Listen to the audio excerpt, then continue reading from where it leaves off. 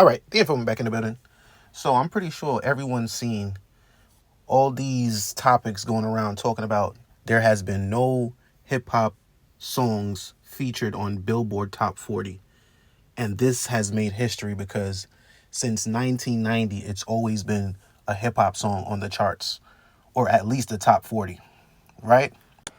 But my specific opinion is that I think this was strategically done ever since Chief Keef came out back in 2012, dropping that song Love Sosa. That's when those beats from Chicago started to take over everywhere. It sat in Chicago for a while, but Chicago was living what they were actually rapping about. So a lot of those guys didn't even make it to see the success, right? Then it shot up to New York. It went all over the place. It came down south, all over the place. So I feel like this plan has been bubbling for a long time now. 2012, that's a long time. And now, after they ushered this so-called hip-hop slash drill music out, the crazy thing is, I see a whole lot of pop stars from different genres using the same type of beats, but they're not calling it hip-hop. They're either calling it pop or K-pop. Because I've seen even K-pop artists using the same type of heavy drill beats that these same hip-hop artists was using, and it's not classified as the same thing for some reason. I don't know if there's something racial going on with that, but it just seems very strange to me personally. Now, growing up in the 2000s up to like 2010, we all could remember so many songs that formed our perspectives or gave us hope to strive for what we wanted in life. Some of those songs was really a part of our lives, whether it was Ashanti and Ja Rule. And we all know it's not about can these artists make good hip hop songs anymore, top charting songs anymore. The industry doesn't want those songs, those feel good songs that you used to get butterflies to because you're thinking about somebody, or you just landed a promotion at your job and that specific song you was listening to it while you were studying and researching. Like, they don't want that type of uplifting spirit music anymore. And even though it wasn't spiritual, the beats, the melodies, all those things aligned with you in a different way than what these songs that they put out now actually does. It does the opposite. And then we have drill music. Now, drill music didn't create the violence. That's not what I'm saying. Drill music was birthed from violence in the communities, and people started to put it on wax. And for some reason, the labels and the radio stations, they didn't say, hey, this is a bad idea. This is enticing more young people to go make music like this and start to portray certain things that they're not even experiencing in their life, right? Because it's a bunch of drill rappers right now that we see that are good kids. When you look at their past photos of them before they made it in the industry, they were taken care of. They dressed clean. They were good. So it's hard to believe that everyone that turned into a drill rapper was actually in the slums of the ghetto trying to figure a way out. And then the industry made this genre itself right here skyrocket and damn near pushed every other rapper that wasn't drill rapping out the scene. After that, if you weren't drill rapping, you weren't being rewarded by the system.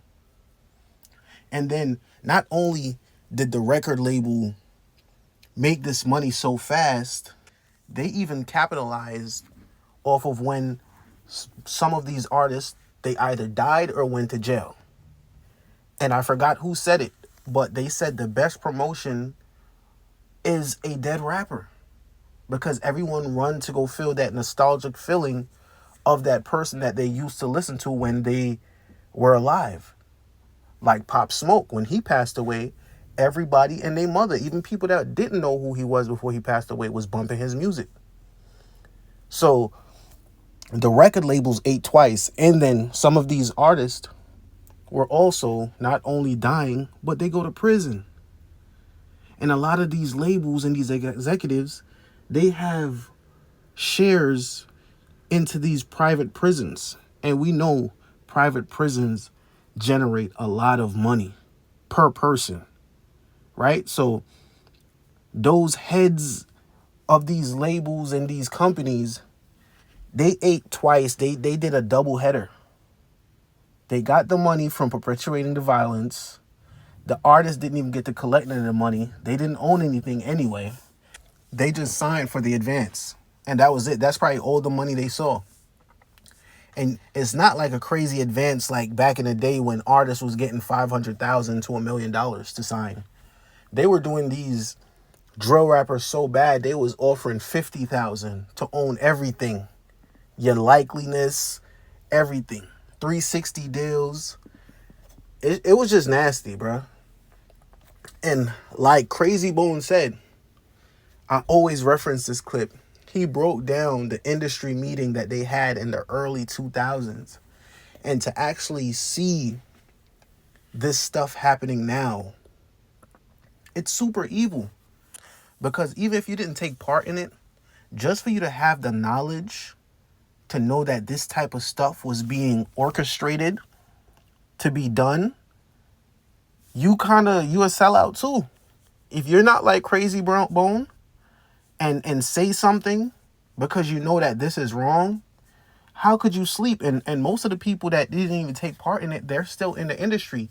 They just say, hey, my hands is clean. I don't even participate in this type of music, nor do I participate in the private prisons. So this whole Billboard situation is deeper than the surface level of, hey, a hip hop song is not on the charts. This was deliberately done and phased out. And now they're coming with the AI artists. They don't even want to give advances anymore. They're not going to give any advances. The AI artists, they don't need anything. They don't need room, board, clothes, jewelry, nothing. The writers are going to get kicked out too. I don't know if the writers know that they're on the chopping block as well, because you could tell these chat GPT bots to say, hey, write me a song about this topic, and it'll write you probably the best song you've ever heard. And now they coming with the AI producers. Guess what? This is the new turn right here that they're going to do, like when they got rid of CDs. This is how they cut people out the industry and just turn it into an automated system.